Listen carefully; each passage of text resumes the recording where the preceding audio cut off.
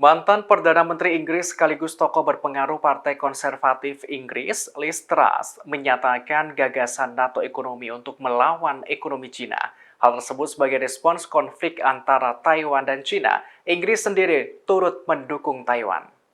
Dikutip dari RT.com pada Rabu 17 Mei, hal itu disampaikan Liz Truss saat memberikan penjelasan dalam kunjungannya di ibu kota Taiwan, Taipei pada hari Rabu ini. Ia memperingatkan konflik antara Beijing dan Taipei akan menimbulkan konsekuensi serius bagi ekonomi global. Mantan Perdana Menteri Inggris itu menyerukan NATO ekonomi untuk melawan ekonomi Cina. Hal ini karena konflik Cina dan Taiwan menimbulkan penderitaan ekonomi secara global. Oleh karenanya NATO ekonomi dibutuhkan, tujuannya melibatkan negara-negara barat untuk mengoordinasikan tekanan finansial terhadap Cina. NATO ekonomi juga untuk apa yang dianggap sebagai penindasan dalam skala besar yang dilakukan oleh Beijing.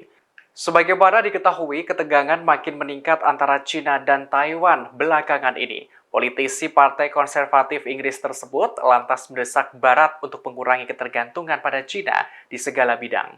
Ia mengungkapkan demi mencegah konflik pecah sangat diperlukan kerjasama pertahanan dengan Taiwan. Terima kasih sudah nonton. Jangan lupa like, subscribe, dan share ya.